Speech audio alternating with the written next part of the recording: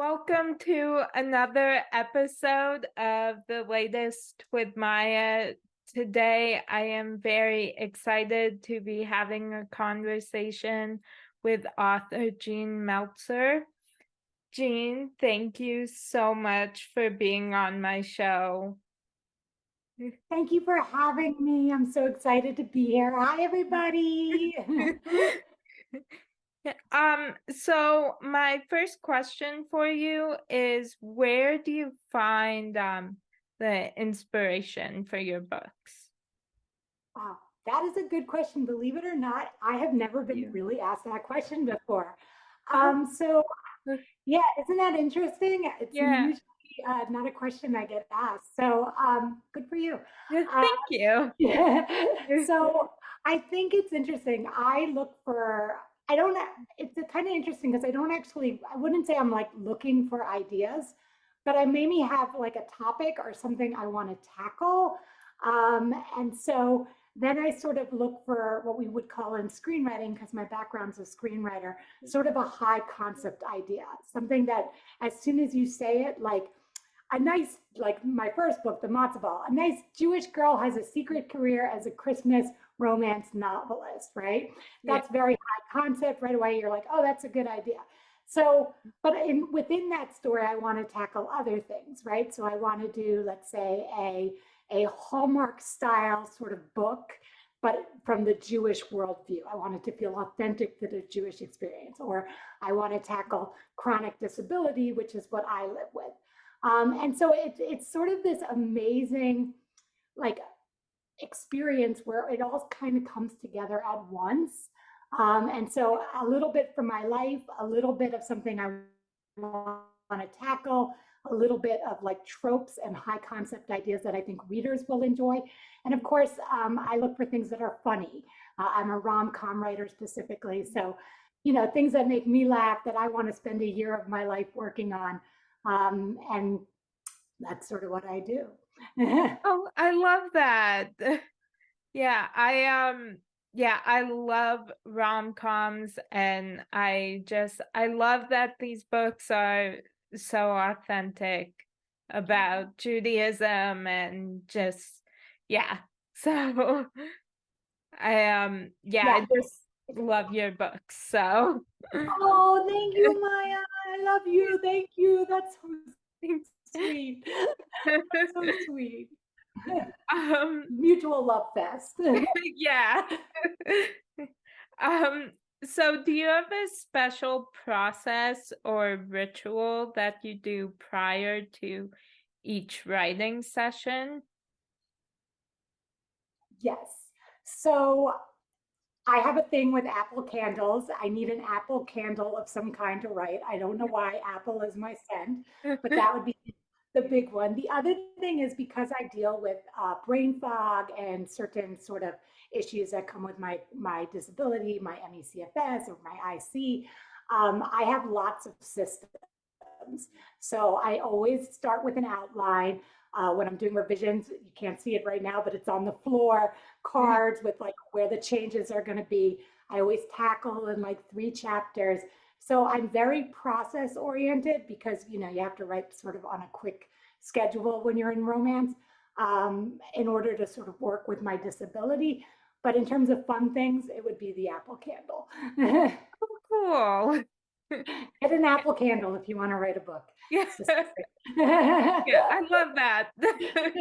Yeah. Um, so I read that your book, The Matzo Ball, is currently in production to be a movie. Um, and I can't wait for that. How involved with the adaptation are you? So you broke up a little on my end because my internet connection, but I believe you're asking about the movie and the Yes. movie adaptation, of course, yes. Yeah.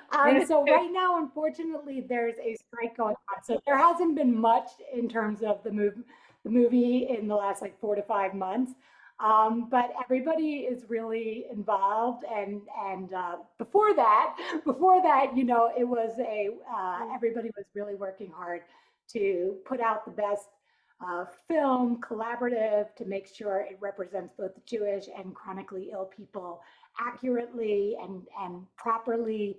As we know, it's a type of film where there can be damage done if not. So not only will I be executive producing, but I will be also consulting. So Oh, I make sure love it's done right. Yeah. I love that. Yeah, there are so many movies, both like when it is like about the Jewish experience or Jewish holiday, and also ones about chronic illness that you can kind of tell when they're not written Yeah, by the exactly. It'll yeah. be, Yeah. So, as a Jewish woman and someone who lives with a chronic illness, I just want to say thank you. oh my gosh, you are so welcome. And honestly, like the idea that like when I was diagnosed over 20 years ago, there were no models, right? There were no women living with disability in our film and media and books and living their lives, right? And like managing the beyond managing the function, falling in love. Like there was nothing. I was alone and there was no internet back. Like it wasn't like now, Yeah. like we were still I'm not even going to go on how old I am, but it was old. It was like before, flip phones, and like you were still waiting for your modem to like the sound. So it's wonderful that nowadays even the thought that we could have like a romance that is Jewish and chronically disabled and have a character in a wheelchair and still falling in love. I mean, that is progress. That is Yeah. progress. Yeah. Yeah. No, yeah, I love that because I'm always just like, why can't when somebody has an illness or a disability in the show, they don't show like that they get a romance storyline. And I'm like, you We never still get a get that. And right. so, you Right. know, And we still live our lives, like even if yeah, we have to adapt to living at 30, 50, 70%, even if we have bad days or good days, like our lives still go on, right? We still have lives. yeah, We do yeah, things, right? So yeah, I mean, yes, it's absolutely. time we all got our happy endings. Yes, yeah, definitely. Um, so I mean, this kind of goes off what we were just talking about, but the matzo ball and kissing kosher both discuss chronic illness and disability, and they both fully embrace being Jewish and Jewish traditions. Why was it important to you to incorporate both these things into your novels? Ah, so, such a good question again. Thank you. So, the truth is, I am very Jewish. I was raised in a very Jewish home, kosher home. I went to Hebrew school. I went to the Israel summer camps. I did all that stuff. And so when I sat down to write a book and write it from my experience, it sounds strange, but it wasn't necessarily conscious. It just is Yeah, who I am. My voice yeah, is very Jewish. When I write my characters, they come out, they're based around me and my life and the people in my life and in my circle. So for me, it was just who I was. But then seeing the reaction and seeing like, oh, these books, it's not just for me and my niece or whatever. It's these books are so important to the world, to the Jewish world. As in terms of disability, it's kind of what I said before, which was when I was first diagnosed, I had absolutely no models. And again, I never thought Matzo Ball was going to be published. I it kind of took me by surprise how many people it affected and the way it moved through the world. Um, I was writing a story and I saw a chronically ill character, and then and I realized just how important it is for other people to see chronically ill characters too. I mean, I guess you can say at 40, I had all these aha moments of like, how different my career would have been and how different my life would have been had I had models of like successful Jewish people and like and Jewish women and chronically ill people. So I wanted, I guess, to change the narrative. I didn't want it to just be Holocaust stories. I didn't want a world where chronic illness didn't exist or chronic disability didn't exist or it's a line in a book.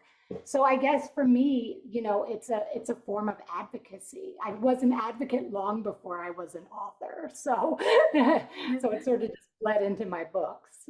Oh, I love that. Yeah.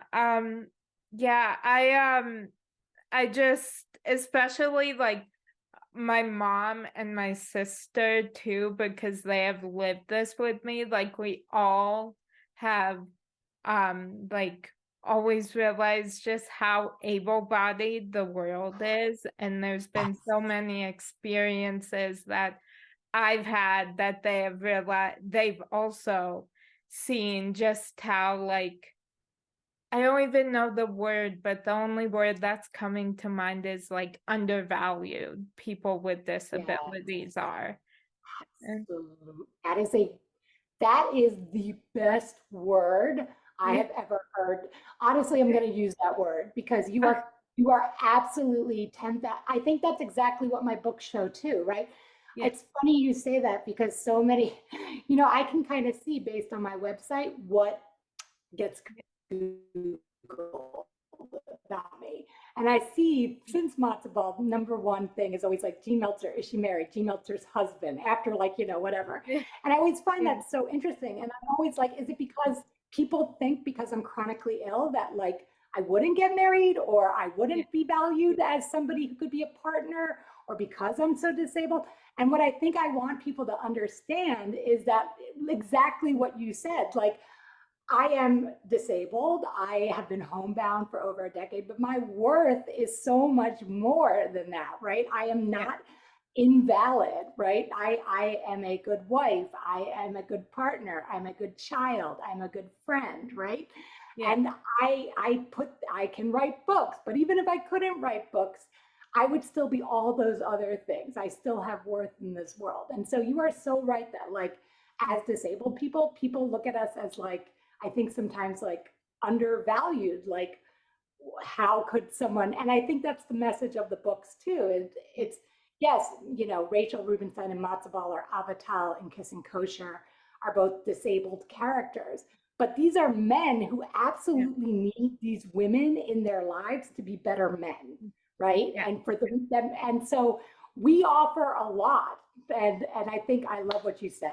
Undervalued is I'm going to use that word all the time nowadays. yeah. Brilliant, brilliant, brilliant, really. Thank you. Yeah. Yeah, I was like, is that the right word to say? That was the only word that was coming to mind. And so No, it is absolutely, actually reminds me of something even we talk about in my husband, because he works in the corporate world. And, sometimes corporations, they think that people who are disabled, um, it'll be a drain on the corporation, right, or a business. But the truth is, like, actually bringing in disabled people makes your corporation much more accessible and yeah, successful. For example, providing closed captioning or recording Zoom meetings. Those are all things you might do for a disabled people, but then have benefits for healthy people. yeah, So, that idea of things being undervalued, yeah.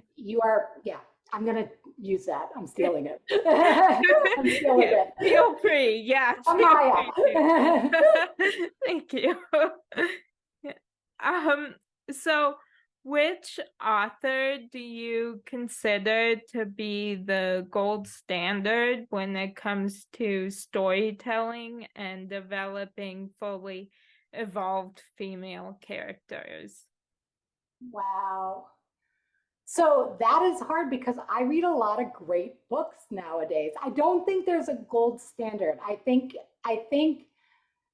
we all tell different stories. We tell them in different ways. My books are very character driven. My books have an element of education to them.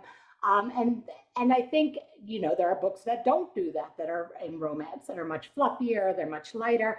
And I don't think one's necessarily better than others or but I think anybody published at the traditional level is usually quite good at their craft. But a gold standard, that would be so hard because it depends on genre, it depends on the author, it depends what they're trying to do. I guess the question would be more for me, like as an author, as a writer, like did their book successfully do what they were trying to do? Yeah. That makes sense. Yeah. But Yeah. I'm also really bad at playing favorites because I'm like, I love everything. So Yeah. so I do. I love everything. So I mean, Yeah. I really I feel like so many authors are so good right now. And I mean, I could tell you individually what I loved about different books, you know. Yeah. Yeah. Oh, cool. So what is your all-time favorite novel? Another one I can't answer. So I do have a shelf. I'll say I have a shelf, and on it I keep like my most favorite reads of all time. And so I would say I have a diversity of authors on that shelf. I have everything from like Colette, Claudine at School, to Anne Rice's Cry, what is it called? Cry to Heaven. I have Toni Morrison, The Bluest Eye on that. I have Maxine Home Kingston's Woman Warrior on that. So I have a book of favorites that I really love. I've just added Felicia Grossman's Marry Me by Midnight to that. Obviously, the Bible and the Torah. As a Jewish woman, I get a lot of my drash and stories from there. But no, for me, I have, there's too much. I can't choose one. I just know that there's these stories that have moved me that I can go back to over and over again, and they're my the authors. I'm like, oh wow, that's a beautiful book. That book touched me. Yeah. Cool.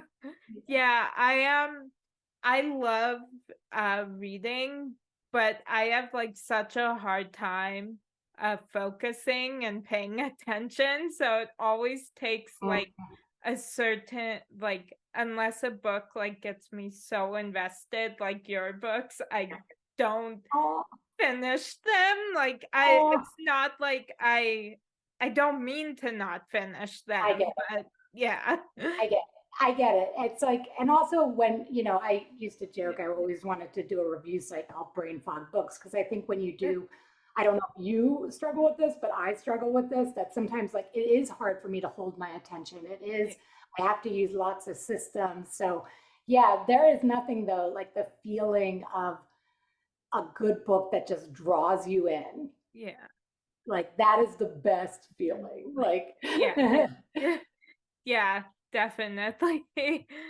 Yeah. Um, so who in your life has had the biggest impact on how you choose to live your life? ooh, God. I mean, the biggest impact, I mean, honestly, I, on how I choose to live my life, like how I choose. I can tell you that when I was in my early 20s, I made a decision to live for my values and not my goals. And I became a more faithful person. And so I always sort of try to live my life by that sort of edict that, uh, what we produce is not really that important, that we need to be good people, that we need to strive for better, tikkun olam, betterment, right? Very Jewish. And so I would say at the end of the day, obviously I have a wonderful family, a wonderful husband, I have a very cute dog. I've had teachers, but at the end of the day, the biggest influence, the thing I get up every day and I'm like, is my relationship with the world and the universe and trying to be this better person, Oh, I which love is that. probably, that's super deep. I know. Sorry, I'm a deep person. I'm very I deep. love that. Yeah, I love that. I love yeah, having deep conversations with people. So Okay, good, because you probably get that with me. yeah. I'm a thinker. I think a lot. Yeah. Um, so if you had to pick any character in a book, movie, or TV show who is most similar to you, who would you choose and why? Am I allowed to choose my own characters? Yes. Okay, so Yeah. I am definitely all my females. It's interesting. I'm definitely Rachel Rubenstein Goldblatt. I am definitely Avatar. I am definitely Dara Rosenberg with her anxiety. Um, I, I, I'm all of them. But the thing is, what's interesting about being a writer is I'm also like the heroes too, right? I'm Yeah. also Jacob. I'm also Ethan. Sometimes what they need to learn or their whatever, their less than virtuous sides, right? Where they need to try to be better than that. So I'm all my characters in little bits and pieces, but obviously, I would say, I mean, Rachel is very much me with my Emmy. Dara is very much me with my anxiety, and Avatar is absolutely me with my chronic pain to the point where my husband and I were listening to Kissing Kosher yesterday while we were making dinner on the audiobook. And I don't know, I guess I hadn't listened to, I usually don't open my books up once they're like out in the world. I'm like Yeah. done. I'm like done. I'm like, I don't want to look at it. It's too scary. Yeah. But we had it on and I was getting like moved. I was like, because it was so real to my experience. And my husband just stopped sort of cooking and he just came over and he just gave me like a big hug because it was so real to our experience, like what we had experienced and him being there for me and making things easier and better on me. And so they're all really me. I mean, it's hard for me, I think, to write a character where I'm not them in some way. Yeah. Oh, I love that. Yeah. I actually, a friend of mine, I was telling her about Kissing Kosher and how I'm so excited to read it. And she was like, that sounds so good. I want to read it now. And she was like, she said she was gonna get a copy and she was like, why don't we start our own book club? And I was like, that sounds so fun. So, I always say book buddies are the best buddies. Like yeah. I have a book buddy, my mom and my bestie, and they always call me, tell me about their books. And then it's the best when you're reading the book at the same time because then you can really Yeah. like dive in and like blah blah blah blah blah blah, blah. I like this, I didn't like that. It's so Yeah. much fun. So I Yeah. there's book buddies are the best. I Yeah. highly recommend. I think that's a great Yeah. idea. Uh, yeah. Um, what is something that you have accomplished as an adult that your younger self would be proud of? Oh man. Mm. I feel like 15-year-old Jean, listen, it's been really hard with chronic illness. 15-year-old Jean never envisioned that at 18 years old, her entire life was going to be marred by chronic illness and chronic disability. That being said, 15-year-old Jean could also never imagine having a husband who loved her so unconditionally, having this amazing career, having gone to rabbinical school. So, I mean, in terms of like having won an Emmy, whatever, having a cute dog, like 15-year-old me, I don't know what I thought my life was going to look like, but I can actually say for all the hardship, this is so much cooler than 15-year-old Jean ever envisioned. So I would say the accomplishments I'm most proud of, just that like with all these things in life that could have gone either way for me, like I've worked really hard and I've kept my center and I've kept my priorities straight. And I think I'm really proud of that. And I think I try to be a good person. I think at the end of the day, like whether you love my books or not, hopefully you love my books, but I think people will say I was kind. And I think that's really important. So that's my best accomplishment, I guess. Oh, I love that. Yeah. Yeah, and that is so cool that you've won an Emmy and yeah. One Uh, of those things. yeah. Um, so what in your life brings you the most joy? I mean, my dog, and Triple Breach. Right. My dog, and I was thinking about it this morning, how much I love triple cream brie cheese. I was like, I have eaten a chunk of that with Yeah. rosemary crackers. That brings me a lot of joy.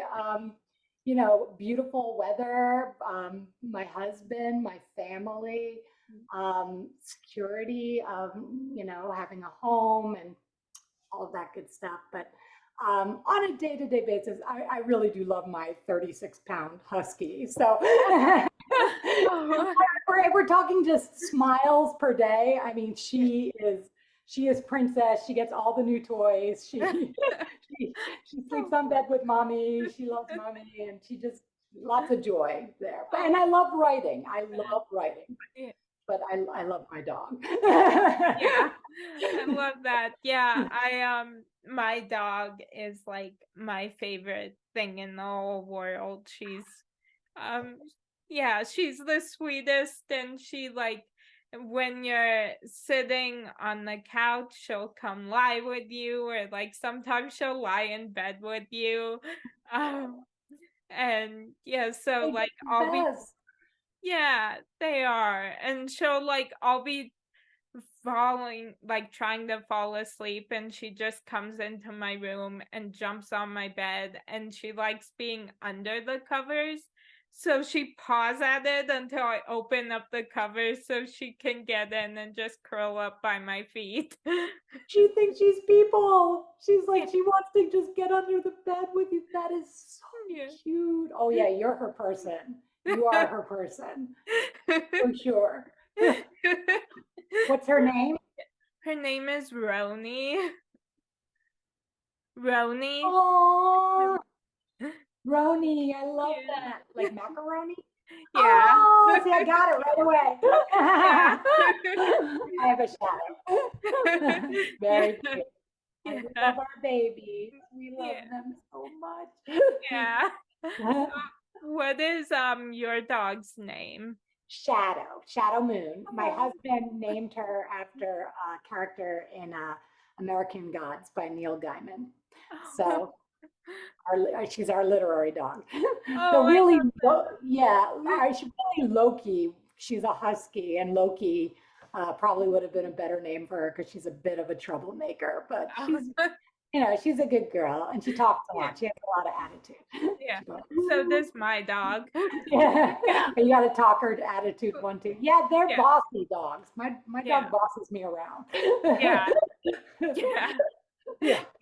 Yeah, if one of us is like me or like my mom or my sister is sitting on the couch like in the corner, she will jump up and just like look at you and paw at you to move so she can Oh take the no. corner. So yeah. Yeah, and I bet you all get up and you do it. You leave, right? Yeah. Right? Yeah, Yeah. exactly. I mean, I don't know who's training who. Yeah, exactly. Yes, Yeah, we that's always funny. joke that she has trained us all to Absolutely. She yeah, knows what's up. These dogs. yeah, One yeah, thumb away from driving themselves to the dog park, I'm telling you. yeah.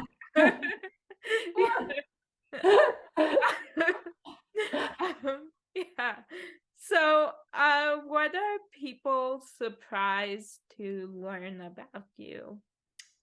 What are people surprised to learn about me? I don't know.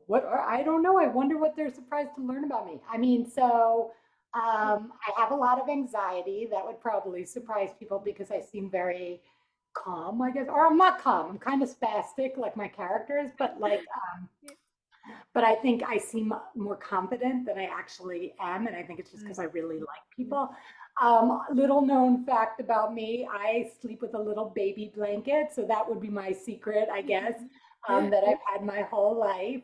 Though I've had to change out the baby blanket. So here I am at 44, almost 44 years old, and I still sleep with my little baby at night. But I love my baby, like my dog. I'm not giving it away.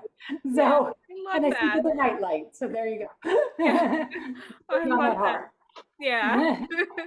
So that's something that would probably surprise people. That's about the most surprising, and I like a good martini. That's about the most surprising thing you can probably find out about me. Yeah, just when you mentioned anxiety, I have severe anxiety, but I don't think that would come as a shock to people.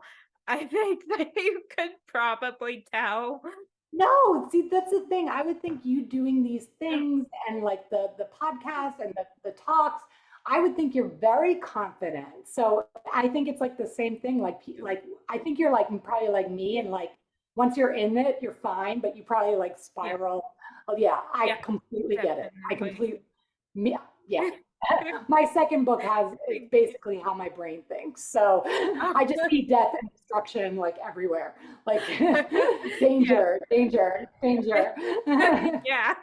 Yeah, it's the Jewish. It's the Yeah. Jewish. Yeah. Someone's gonna kill me. Yeah. Yeah. Yeah. Yeah. Trust. We're all traumatized. Yeah. Um, uh, so I love inspiring or motivational quotes. And this week, my favorite quotation is from a show that I absolutely love called Teen Wolf. And I actually have some Teen Wolf I see posters. that now that you point it out. Now I feel like I need to watch this. Yeah. Okay, I'm gonna watch Yeah. it now. I'm gonna report back to you. Okay. Yes. Yes, please. Yeah. And the quote is "Be your own anchor." Um, That is is a good quote. yeah. Yeah. Is there a quotation that has inspired you lately? Oh, so many. So I have many. I love that quote. Um, one one I always say to myself or about other people is from Pirkei Avot, which is Ethics of the Fathers, which is when you judge your fellow man, tip the balance in their favor.